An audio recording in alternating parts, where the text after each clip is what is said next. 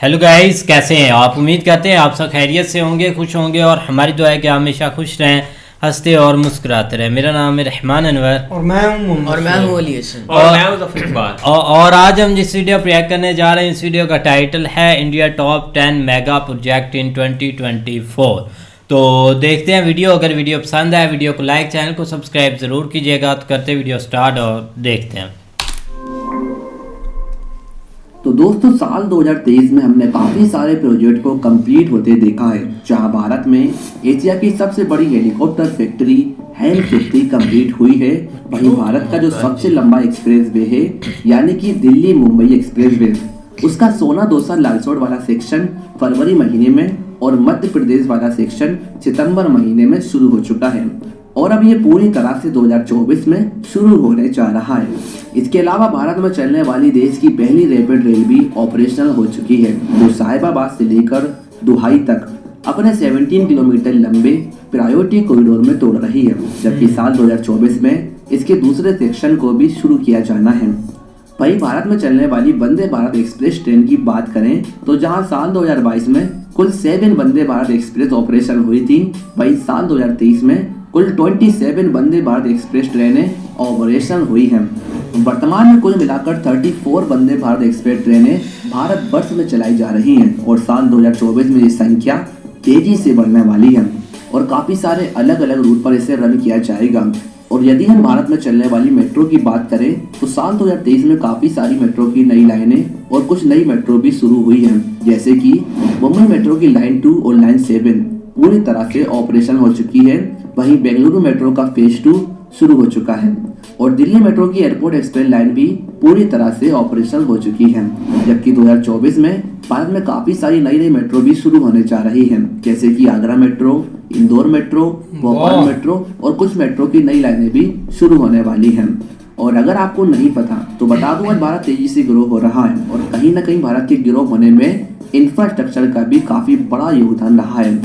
आज भारत सरकार ने अपना ध्यान इंफ्रास्ट्रक्चर को बेहतर से बेहतर करने पर केंद्रित कर दिया है, जिसके चलते भारत का इंफ्रास्ट्रक्चर बूस्ट हुआ है और आज भी काफ़ी सारे मेगा प्रोजेक्ट पर वर्क चल रहा है, जिसको देखते हुए चाइना और पाकिस्तान जैसे देश भी आज भारत को झुककर सलाम कर रहे हैं। तो दोस्तों, आज की वीडियो काफ़ी ज़्यादा इंटरेस्टिंग होने वाली है, क्योंकि आज हम जानेंगे 2024 में कंप्लीट होने वाले भारत के टॉप 10 मेगा प्रोजेक्ट के बारे में। इनसे जुड़ी डिटेल क्या है, अपडेट किया है, ये सब जानेंगे। और उससे पहले आप सभी लोगों से गुजारिश है कि वीडियो को लाइक करके अपने अपने शहर का नाम कमेंट बॉक्स में जरूर बताएं। और यदि आप हमें सपोर्ट करना चाहते हैं तो चैनल को सब्सक्राइब करके बेल आइकन को दबाना ना भूलें। तो दोस्तों, टॉप 10 मेगा प्रोजेक्ट की लिस्ट में नंबर 10 पर है मुंबई का कोस्टल रोड। दोस्तों, रोड तो भारत में काफ़ी सारे बन रहे हैं, लेकिन बात जब भारत के सबसे खूबसूरत रोड की आती है तो वो है मुंबई का कोस्टल रोड, क्योंकि यही वो रोड है जहाँ पर हमें recreation area, cycling track, amphi theatre, jogging tracks और टैक्सी स्टैंड जैसी फैसिलिटी मिलने वाली है।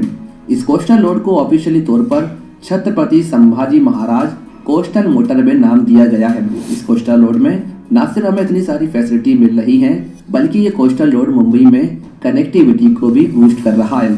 आपको बता दें, मुंबई साउथ से लेकर नॉर्थ तक 45 किलोमीटर की दूरी जिसको तय करने में घंटों का वक्त लगता था, वही दूरी अब इस कोस्टल रोड की मदद से सिर्फ और सिर्फ 50 मिनट में पूरी हो सकेगी। बात करें इस कोस्टल रोड की लंबाई की तो 29.2 किलोमीटर लंबे इस कोस्टल रोड को साल 2015 में मंजूरी मिली थी, जहां इस कोस्टल रोड को 2 फेज में बनाया जाएगा। इसमें से एक साउथ फेज और दूसरा है नॉर्थ फेज। साउथ फेज की लंबाई 9.98 किलोमीटर की है, जो मरीन लाइन से शुरू होकर बल्ली पर एंड होता है, जबकि नॉर्थ फेज की लंबाई 19.22 किलोमीटर की है, जो कांदीवली से शुरू होकर बांद्रा में एंड होता है। और इन दोनों फेज के बीच में आता है 5.6 किलोमीटर लंबा बांद्रा वल्ली सी लिंक। दोनों फेज को मिलाकर कोस्टल रोड की कुल लंबाई 29.2 किलोमीटर की है और यदि हम बांद्रा वल्ली सी लिंक को भी जोड़ दें तो इसकी कुल लंबाई 34.8 किलोमीटर की हो जाती है। मुंबई कोस्टल रोड 8 लेन का होने वाला है और इसके लिए 415 एकड़ का एरिया रिक्लेम किया जाएगा, जिसमें एक्सप्रेस वे के अलावा रिक्रिएशन एरिया, साइकिलिंग ट्रैक और पार्किंग भी बनाई जाएगी, जबकि 2 लेन की बस रैपिड ट्रांजिट और बस स्टॉप्स भी प्लान किए गए हैं जिनको पेडेस्ट्रियन अंडरपास से जोड़ा जाएगा। तो जैसा कि हमने बताया कि कोस्टल रोड 2 फेज में डिवाइड है, साउथ फेज और नॉर्थ फेज। तो वर्तमान में अभी सिर्फ साउथ फेज का कंस्ट्रक्शन चल रहा है, जबकि नॉर्थ फेज का कंस्ट्रक्शन अभी भी शुरू नहीं है। साउथ फेज की बात करें तो ये प्रिंसेस स्ट्रीट फ्लाईओवर से शुरू होकर बांद्रा बल्ली स्टील लिंक से अटैच होता है। इस फेज में कुल 3 इंटरचेंज, 2 ब्रिज और एक जुड़वा सुरंग बनाई जाएगी। इस फेज का construction Brihan Mumbai municipal corporation द्वारा किया जा रहा है, जिसकी एस्टिमेटेड कॉस्ट 12,000 करोड़ रुपए बताई जा रही है। वर्तमान में इस कोस्टल रोड का लगभग 86% वर्क कंप्लीट है और अब इसे फरवरी 2024 तक आंशिक रूप से शुरू करने का प्लान चल रहा है। तो अब बात करते हैं अपने अगले प्रोजेक्ट की। नंबर 9, सेला टनल। दोस्तों, सेला टनल का निर्माण असम के गुवाहाटी और अरुणाचल प्रदेश के तवांग के बीच सभी तरह के मौसम में कनेक्टिविटी स्थापित करने के लिए किया जा रहा है। इस प्रोजेक्ट की आधारशिला प्रधानमंत्री नरेंद्र मोदी द्वारा फरवरी 2019 में रखी गई थी। ये एक 2 लेन हाईवे टाइप टनल है जिसका निर्माण नेशनल हाईवे नंबर 13 के अंतर्गत किया जा रहा है। इस टनल की कुल लंबाई 2584 मीटर की है और चौड़ाई है 12 मीटर। लेकिन इसमें कोई खास बात नहीं। खास बात है टनल का निर्माण सेला पास से 400 मीटर नीचे किया जा रहा है, जहां पर इसका एल्टीट्यूड लगभग 3000 मीटर के आसपास है और यहां पर एक साथ 2 टनल डेवलप की जा रही हैं। इसमें टनल 1 की लंबाई 993 मीटर और टनल 2 की लंबाई है 1591 मीटर। साथ ही इस प्रोजेक्ट के अंतर्गत 9.075 किलोमीटर लंबा अप्रोच रोड का निर्माण भी शामिल है। इसके अलावा इस टनल के पैरेलल इमरजेंसी एस्केप ट्यूब बनाया गया है जिसकी चौड़ाई 7.26 मीटर है और इसकी ओवरहेड क्लियरेंस 4 मीटर की है। इस प्रोजेक्ट में इमरजेंसी टनल का निर्माण इसकी मेन टनल से लगभग 20 मीटर की दूरी पर किया गया है और टनल की सबसे खास बात यह है कि इसके अंदर सीसीटीवी कैमरे, electromechanical system, fire fighting device, ventilation system, monitoring, LED lights आदि को इंस्टॉल किया गया है। इस प्रोजेक्ट का कंस्ट्रक्शन बॉर्डर रोड ऑर्गेनाइजेशन द्वारा किया जा रहा है, जहां वर्तमान में लगभग 92% वर्क कंप्लीट है, जबकि बाकी का काम कंप्लीट हो जाने के बाद लोग सर्दियों में भी इससे गुजर सकेंगे और इससे न केवल क्षेत्र में इंफ्रास्ट्रक्चर को बढ़ावा मिलेगा बल्कि पर्यटन भी बूस्ट हो सकेगा। अब नंबर 8 पर है राजगीर इंटरनेशनल क्रिकेट स्टेडियम। दोस्तों, भारत में खेल को बढ़ावा देने के लिए काफी सारे नए स्टेडियम बनाए जा रहे हैं, जहां हाल फिलहाल पीएम मोदी जी ने उत्तर प्रदेश के वाराणसी में भी एक नए स्टेडियम की आधारशिला रखी थी, जबकि भारत के दूसरे शहरों में भी नए स्टेडियम बनाए जा रहे हैं और इन्हीं में से एक है बिहार में बनने वाला राजगीर क्रिकेट स्टेडियम। ये स्टेडियम वर्तमान में अंडर कंस्ट्रक्शन है और इसे 2024 तक कंप्लीट करने का प्लान है। ये स्टेडियम बिहार की राजधानी पटना से 100 किलोमीटर दूर नालंदा जिले के राजगीर में बनाया जा रहा है। राजगीर स्टेडियम की आधारशिला साल 2018 में रखी गई थी, जिससे ऑस्ट्रेलिया के सिडनी क्रिकेट ग्राउंड के मॉडल पर बनाया जाएगा। राजगीर स्टेडियम 90 एकड़ जमीन में करीब 633 करोड़ की लागत से डेवलप किया जा रहा है। इसे बनाने का जिम्मा सापुर जी पलौजी ग्रुप के पास है। इस स्टेडियम में न सिर्फ क्रिकेट खेला जाएगा बल्कि दूसरे स्पोर्ट्स जैसे कि बास्केटबॉल और फुटबॉल भी खेल सकेंगे। स्टेडियम की खास बात यह है कि इसमें एक स्पोर्ट्स कॉम्प्लेक्स होगा जिसमें इंडोर आउटडोर खेल, cafeteria, motivation centre, research centre, sports library, swimming pool जैसी मॉडर्न फैसिलिटी भी मिलेंगी। और दर्शक क्षमता की बात करें तो ये स्टेडियम भारत के बड़े स्टेडियम में से एक होने वाला है, क्योंकि इस मैदान पर एक साथ 45,000 लोग लाइव मैच देख सकेंगे। और आपके लिए यहाँ पर एक सवाल है, अगर आपको भारत के सबसे बड़े स्टेडियम की दर्शक क्षमता पता है तो हमें कमेंट में जरूर बताएं।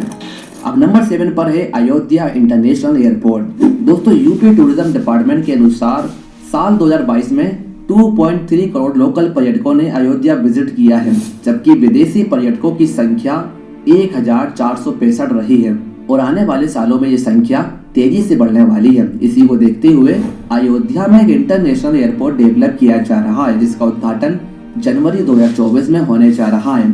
इस एयरपोर्ट को ऑफिशियली तौर पर मर्यादा पुरुषोत्तम श्री राम इंटरनेशनल एयरपोर्ट के नाम से जाना जाएगा। एयरपोर्ट की खास बात यह है कि इस एयरपोर्ट में नाइट लैंडिंग, एयरबस के A320 एयरक्राफ्ट की फैसिलिटी और एयरक्राफ्ट से उतरने पर सीधे राम मंदिर के तत्काल दर्शन के लिए ये एयरपोर्ट सक्षम है। इस एयरपोर्ट के लोकेशन की अगर बात करें तो ये एयरपोर्ट NH-27 और NH-330 के बीच सुल्तानपुर नाका के पास मौजूद है और अयोध्या श्री राम के मेन मंदिर से करीब 7 किलोमीटर दूर है।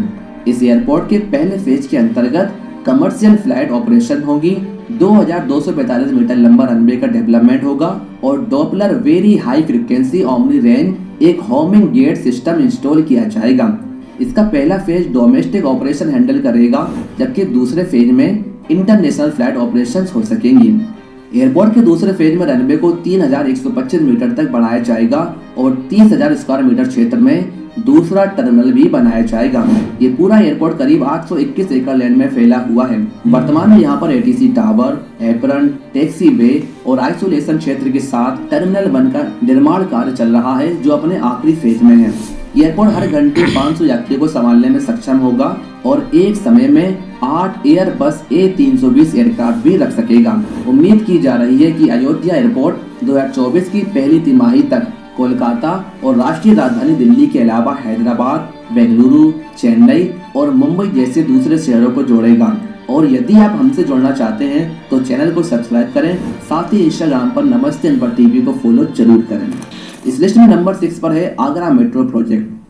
दोस्तों, आज भारत में मेट्रो का जाल दिन ब दिन बढ़ता जा रहा है और काफी सारे नए मेट्रो प्रोजेक्ट प्लान किए जा रहे हैं। और यदि हम अंडर कंस्ट्रक्शन मेट्रो प्रोजेक्ट की बात करें तो आज भारत के काफी सारे शहरों में मेट्रो अंडर कंस्ट्रक्शन है और इसी में से एक है आगरा मेट्रो प्रोजेक्ट। ये मेट्रो उत्तर प्रदेश के आगरा शहर में एक अंडर कंस्ट्रक्शन मेट्रो है। इसमें कुल 27 स्टेशन बनाए जाने हैं। इस प्रोजेक्ट को उत्तर प्रदेश सरकार ने साल 2019 में हरी झंडी दिखाई थी। इसके बाद दिसंबर 2020 में प्रधानमंत्री नरेंद्र मोदी जी ने इस प्रोजेक्ट के लिए सिविल कंस्ट्रक्शन वर्क का उद्घाटन किया था। आगरा मेट्रो प्रोजेक्ट की कुल लागत करीब 8,379 करोड़ बताई जा रही है, जिसमें मेट्रो की 2 लाइनें शामिल हैं। आगरा मेट्रो की कुल लंबाई 30 किलोमीटर की है। इसमें 7.7 किलोमीटर का सेक्शन अंडरग्राउंड जबकि 23.3 किलोमीटर का सेक्शन एलिवेटेड डेवलप किया जा रहा है। पहले फेज में बनने वाली 2 लाइनों में से एक लाइन सिकंदरा से ताज ईस्ट गेट तक बनाई जा रही है, जहां 14 मेट्रो स्टेशन बनाए जाएंगे, जबकि दूसरी लाइन आगरा कैंट से कालिंदी विहार तक बनाई जाएगी, जिसमें 15 मेट्रो स्टेशन बनाए जाएंगे। दोनों लाइनें आगरा शहर को बीचों बीच से गुजर रही हैं, जहां ताजमहल, आगरा का किला, सिकंदरा जैसे पर्यटन केंद्र के साथ साथ ISBT, राजा की मंडी रेलवे स्टेशन, संजय प्लेस और मेडिकल कॉलेज आसपास के घनी आबादी वाले आवासीय क्षेत्रों से कनेक्ट हो सकेंगे। वर्तमान में आगरा मेट्रो प्रोजेक्ट का फेज 1 अंडर कंस्ट्रक्शन है और इसके तहत आगरा मेट्रो का प्रायोरिटी कॉरिडोर जो ताज ईस्ट गेट से लेकर आगरा के मनकामेश्वर मंदिर तक 16 किलोमीटर लंबाई का है, उसे मार्च 2024 तक ऑपरेशनल किया जाना है। Number 5 Dwarka expressway. दोस्तों, देश का पहला अर्बन एलिवेटेड एक्सप्रेसवे यानी कि द्वारका एक्सप्रेसवे साल 2024 में शुरू होने जा रहा है।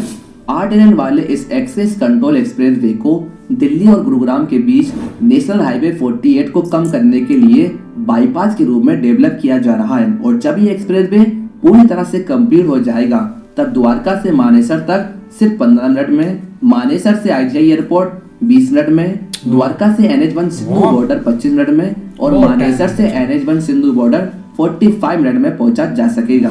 दिल्ली को हरियाणा से जोड़ने वाला द्वारका एक्सप्रेसवे दिल्ली में महिपालपुर में शिवमूर्ति से शुरू होकर गुरुग्राम बॉर्डर को टच करते हुए खेर की दौलत टोल प्लाजा पर एंड होता है। इस एक्सप्रेसवे की लंबाई 29 किलोमीटर की है। इसमें से 18.9 किलोमीटर हरियाणा में जबकि 10.1 किलोमीटर का पार्ट दिल्ली में आता है। और एक्सप्रेसवे को 4 भागों में डिवाइड किया गया, जिनमें से 2 भाग दिल्ली में और 2 भाग हरियाणा में शामिल है। इस एक्सप्रेसवे का दूसरा नाम नदन पेरीफेरल एक्सप्रेसवे या NH248BB है। द्वारका एक्सप्रेसवे के निर्माण में 9,000 करोड़ रुपए खर्च किए जा रहे हैं, जहां परियोजना के निर्माण में देश में पहली बार 1200 पेड़ों को ट्रांसप्लांट किया गया और देश की पहली 3.6 किलोमीटर लंबी और 8 लेन चौड़ी टनल भी इसी प्रोजेक्ट में शामिल है। इस परियोजना की जो सबसे खास बात होने वाली है वो है इसका रोड नेटवर्क, जो कि 4 लेवल का है। इसमें टनल, अंडरपासेस, एलिवेटेड फ्लाईओवर और फ्लाईओवर के ऊपर बना दूसरा फ्लाईओवर भी शामिल है। साथ ही एक्सप्रेसवे में state of the art intelligent transportation system, toll management system, CCTV camera जैसी हाईटेक फैसिलिटी भी मिल रही है, जिसकी मदद से जाम जैसी समस्या से निजात मिलेगी। इस लिस्ट में नंबर 4 पर है दिल्ली मुंबई इंडस्ट्रियल कॉरिडोर। दोस्तों, ये प्रोजेक्ट भारत के मेगा प्रोजेक्ट में से एक है और इस प्रोजेक्ट के तहत 24 इन्वेस्टमेंट एरिया, 8 स्मार्ट सिटी, 5 बिजली परियोजनाएं और 2 एयरपोर्ट का निर्माण शामिल है। ये कॉरिडोर स्कूलों और हॉस्पिटल के अलावा पोर्ट्स, हाईवे और लॉजिस्टिक हब सहित इंडस्ट्रियल एरिया को स्थापित करेगा। इस प्रोजेक्ट को साल 2006 में भारत और जापान सरकार के बीच एक संयुक्त परियोजना के रूप में लॉन्च किया गया था, जहां इस प्रोजेक्ट के तहत सेंद्रा इंडस्ट्रियल एरिया का उद्घाटन पीएम मोदी द्वारा साल 2019 में किया जा चुका है, जबकि डेडिकेटेड फ्रेट कॉरिडोर को जल्द ही ऑपरेशनल करने का प्लान है। Delhi Mumbai industrial corridor 1483 kilometre लंबा कॉरिडोर है, जो दिल्ली से हरियाणा, राजस्थान, गुजरात और महाराष्ट्र में मुंबई तक जाता है। इस प्रोजेक्ट में $100 बिलियन खर्च आने की उम्मीद है और इस परियोजना का उद्देश्य भारत की जीडीपी में ग्रोथ करने के साथ साथ रोजगार भी प्रोवाइड करना है। इस प्रोजेक्ट के सभी 4 फेज को 2024 से 2025 तक पूरा होने की उम्मीद है। अब बात करते हैं नंबर 3 की। नंबर 3 पर है दिल्ली मेरठ RRTS प्रोजेक्ट। भारत की पहली सेमी हाई स्पीड रेल यानी कि दिल्ली गाजियाबाद रैपिड रेल हाल ही में साहिबाबाद से लेकर दोहाई के बीच शुरू हो चुकी है। ये रेल मौजूदा रेलवे से काफी अलग है, क्योंकि ये डेडिकेटेड पथ के साथ हाई स्पीड पर वर्ल्ड क्लास हाई फ्रिक्वेंसी और एक पॉइंट से दूसरे पॉइंट तक बेहतर सर्विस प्रोवाइड कर रही है। ये रैपिड एक्स ट्रेन या नमो भारत साहिबाबाद से लेकर दोहाई डिपो तक 17 किलोमीटर लंबे प्रायोरिटी कॉरिडोर में चलाई जा रही है और साल 2024 में इसका दूसरा फेज जो कि दोहाई से लेकर मेरठ साउथ तक उसे भी शुरू किया जाना है, जबकि इसका पूरा कॉरिडोर मोदीपुरम से लेकर सराय काले खां तक साल 2025 तक शुरू करने का प्लान है। आपको बता दें, Delhi Meerut regional rapid transit system Bharat का पहला semi high speed rail corridor है और इसकी कुल लंबाई 82.15 किलोमीटर की है। इस कॉरिडोर का 68 किलोमीटर का हिस्सा उत्तर प्रदेश में है, जबकि 14 किलोमीटर का हिस्सा दिल्ली में। इस पूरे कॉरिडोर में कुल 22 स्टेशन बनाए जाने हैं, जिसमें से 3 स्टेशन दिल्ली में, जबकि बाकी के 19 स्टेशन उत्तर प्रदेश में आते हैं। यह रीजनल रैपिड ट्रांजिट सिस्टम एक नई rail based semi high speed high frequency वाली कम्यूटर ट्रांजिट सिस्टम है और इसके तहत 180 किलोमीटर पर आवर की रफ्तार के साथ हर 15 मिनट में इंटरसिटी आवागमन के लिए हाई स्पीड ट्रेनें प्रोवाइड की जाएगी और जरूरत पड़ने पर इसकी फ्रिक्वेंसी हर 5 मिनट तक जा सकती है। ये कॉरिडोर दिल्ली, गाजियाबाद और मेरठ को कनेक्ट करता है और इस प्रोजेक्ट को कंप्लीट होने में करीब 30,000 करोड़ की लागत आने वाली है। इस रैपिड रेल की खास बात यह है कि रैपिड रेल को भारतीय रेलवे, अंतरराज्यीय बस टर्मिनल्स, एयरपोर्ट्स और दिल्ली मेट्रो के साथ भी कनेक्ट किया जाएगा। साथ ही ये कॉरिडोर रोजगार, एजुकेशन और स्वास्थ्य देखभाल के अवसरों तक बेहतर पहुंच प्रदान करेगा। अगर आप में से किसी ने भी इस रैपिड रेल पर सफर किया है तो हमें कमेंट में जरूर बताएं। अब चलते हैं अपने अगले प्रोजेक्ट पर। Number 2, Vande Bharat express. आज भारत में लोकल ट्रेन से लेकर सेमी हाई स्पीड रेल तक सभी तरह की ट्रेनें चलाई जा रही हैं, जबकि फ्यूचर में बुलेट ट्रेन भी भारतीय रेलवे इंफ्रास्ट्रक्चर को बदल कर रख देगी। और अगर हम वर्तमान में भारत की फास्टेस्ट ट्रेन की बात करें तो उसमें वंदे भारत एक्सप्रेस ट्रेन शामिल है। ये भारत में बनने वाली पूरी तरह से मेड इन इंडिया ट्रेन है, जो दिखने में एकदम प्रीमियम ट्रेन लगती है। वंदे भारत एक्सप्रेस ट्रेन को 200 किलोमीटर पर आवर की स्पीड के हिसाब से डिजाइन किया गया है, लेकिन वो बात अलग है कि ये सिर्फ एक ही रूट में 160 किलोमीटर पर आवर तक जाती है, जबकि इसके जो मोस्टली रूट्स है उसमें इसकी स्पीड 130 किलोमीटर पर आवर तक सीमित रखी गई है। आज वंदे भारत एक्सप्रेस की स्पीड को बढ़ाने के लिए ट्रैक्स में इम्प्लीमेंट किया जा रहा है। ये ट्रेन यात्रियों के लिए जितनी ज्यादा आरामदायक है उतनी ज्यादा देखने में खूबसूरत भी। साथ ही इसमें हमें वाईफाई, सीसीटीवी कैमरे, ऑटोमेटिक प्लग दरवाजे, टच फ्री स्लाइडिंग दरवाजे, जीपीएस इंफॉर्मेशन सिस्टम जैसी फैसिलिटी भी मिल जाती है। और अगर हम भारत में चलने वाली पहली वंदे भारत एक्सप्रेस ट्रेन की बात करें तो पहली वंदे भारत एक्सप्रेस ट्रेन को 18 फरवरी 2019 में दिल्ली से वाराणसी के बीच शुरू किया गया था और इस वीडियो को बनाने तक वंदे भारत एक्सप्रेस की संख्या 34 हो चुकी है। आखिरी बार एक साथ 9 वंदे भारत एक्सप्रेस को पीएम मोदी जी ने हरी झंडी दिखाई थी, जबकि फ्यूचर में काफी सारे रूट पर वंदे भारत एक्सप्रेस प्रपोज्ड है, जैसे कि लखनऊ से पटना के बीच, जम्मू से श्रीनगर के बीच, दिल्ली से अमृतसर के बीच, इंदौर से सूरत के बीच, अहमदाबाद से मुंबई के बीच और मंगलोर से मडगांव के बीच जैसे दूसरे रूट्स में भी वंदे भारत ट्रेन प्रपोज्ड है। तो फाइनली अब बात करते हैं नंबर 1 प्रोजेक्ट की।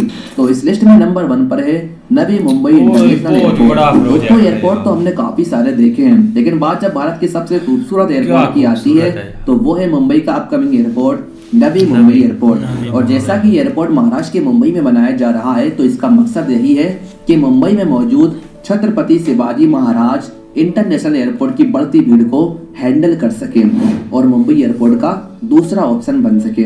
बात करें एयरपोर्ट की, तो साल 2023 में इस एयरपोर्ट का कंस्ट्रक्शन स्पीड में हुआ है और जो टारगेट था इसके फेज 1 को ऑपरेशनल करने का, वो साल 2024 में कंप्लीट होना है। आपको बता दें, साल 2018 में इस एयरपोर्ट की आधारशिला रखी गई थी, जबकि एयरपोर्ट का कंस्ट्रक्शन साल 2021 में शुरू हुआ था।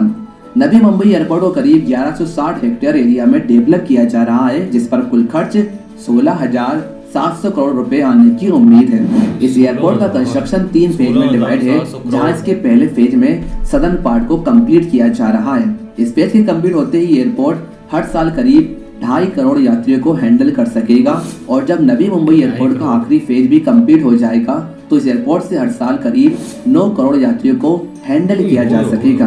एयरपोर्ट की खास बात यह है कि इस एयरपोर्ट के टर्मिनल में यात्रियों को फूड कोर्ट्स, लॉन्जेस, टेबलेटर्स, takeaway system, multi level car parking जैसी फैसिलिटी मिल रही है। साथ ही एयरपोर्ट को कनेक्टिविटी देने के लिए इस एयरपोर्ट को एक्सप्रेस मेट्रो लाइन द्वारा मुंबई एयरपोर्ट से कनेक्ट किया जाएगा। इसके अलावा फ्यूचर में मुंबई हैदराबाद बुलेट ट्रेन से भी इसको कनेक्ट करने का प्लान है और भारत का सबसे लंबा सी ब्रिज यानी कि मुंबई ट्रांस हार्बर लिंक से भी इस एयरपोर्ट को कनेक्ट करने का प्लान है।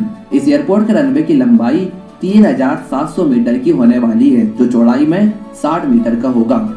रनवे के बगल में 2 पैरेलल टैक्सीवे बनाए जा रहे हैं और एंट्री के लिए एयरपोर्ट पर ईस्ट और वेस्ट डायरेक्शन से एंट्री हो सकेगी। वर्तमान में नवी मुंबई एयरपोर्ट का कंस्ट्रक्शन स्पीड से जारी है, जिसका फेज 1 2024 तक और पूरी तरह से इस एयरपोर्ट का कंस्ट्रक्शन 2025 तक कंप्लीट करने का प्लान है। तो दोस्तों, ये थे वो 10 प्रोजेक्ट जो 2024 में कंप्लीट होने वाले हैं। इनमें से किस प्रोजेक्ट का आपको इंतजार है, कमेंट में जरूर बताइएगा और हमें सपोर्ट। बहुत अच्छी भाई वीडियो। तो बिल्कुल यार, एक देख रहे कि भाई ने 20 मिनट की वीडियो बनाई है और बहुत प्यारी इन्फॉर्मेशन दी है, बहुत प्यारी इन्फॉर्मेशन है। लेकिन इसमें एक जो भी प्रोजेक्ट हैं, ज़्यादा अगर देखा जाए तो ट्रेन्स पर भी ख्याल दिया जा रहा है, एयरपोर्ट पर ज़्यादा। ये 2 चीज़ें जो है ना, ये सबसे आगे रख कर चीज़ें चल रहे हैं। लेकिन अब देख ले कि एक सबसे पहले आप मुंबई वाली साइड पर आ जाएं तो वहाँ काफ़ी ज़्यादा ना अब रश होता है और उस चीज़ को एक मैनेज करने के लिए जो उन्होंने एक प्रोजेक्ट स्टार्ट किया है ना, कि एक मतलब सी साइड वो एक ऐसे करके रोड बनाते हैं जिसकी वजह से काफ़ी ज़्यादा एक रश कम होगा। हाँ, कोस्टल रोड कोस्टल चलो रोड प्रोजेक्ट वही, हाँ मुंबई वाला। लेकिन उसमें एक अकेला उन्होंने रोड नहीं बनाया, उसमें काफ़ी ज़्यादा एक पार्किंग आ जाएगी, फिर एक कुछ इस तरह छोटी छोटी जो एक भाई सिटीज़ बना देते हैं, साथ साथ चीज़ें बना देते हैं।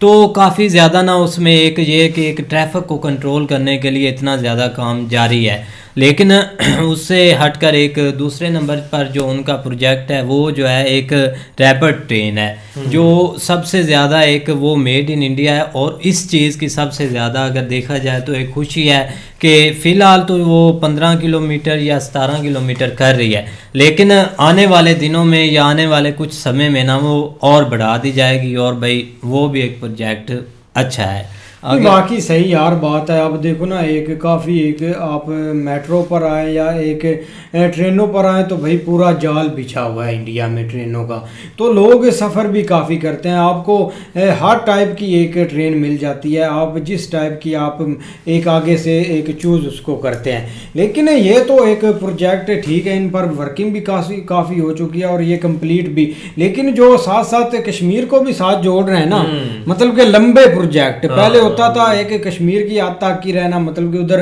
एक छोटे छोटे सफ़र होते थे। लेकिन अब उन्होंने भाई काफ़ी एक इधर से पहले भी चलती थी ट्रेनें चलती थी, लेकिन अब जो रोड पर आए हैं ना, तो भाई रोड पर भी कमाल कर दिया हर चीज़ पर। नहीं बिल्कुल ऐसे ही है, लेकिन सबसे ज़्यादा कश्मीर का जो प्रोजेक्ट है उसकी खुशी हुई है ना, वो है वंदे भारत की। क्योंकि जब पहाड़ों में चलनी है ना तो नज़ारा आ जाना, जब दोनों कलर चलेंगे ना, एक तो ये ग्रीन सॉरी ब्लू वाइट और प्लस जो एक और उन्होंने एक केसरी रंग जो है ना, केसरी रंग वो भगवा कलर जो है ना वो निकाली है। तो ये जब चलेंगी तो वो एक और ही उसका नज़ारा होगा। बाकी भाई दूसरी तरफ पहला जो एक कोस्टल रोड प्रोजेक्ट है मुंबई का, बहुत बड़ा एक प्रोजेक्ट है। जब कंप्लीट होगा ना तो आपको एक बहुत एक डिफरेंट वाइब आएगी, जब वहाँ पे गाड़ियाँ चलेंगी, एक पार्किंग वगैरह हर चीज़ होगी।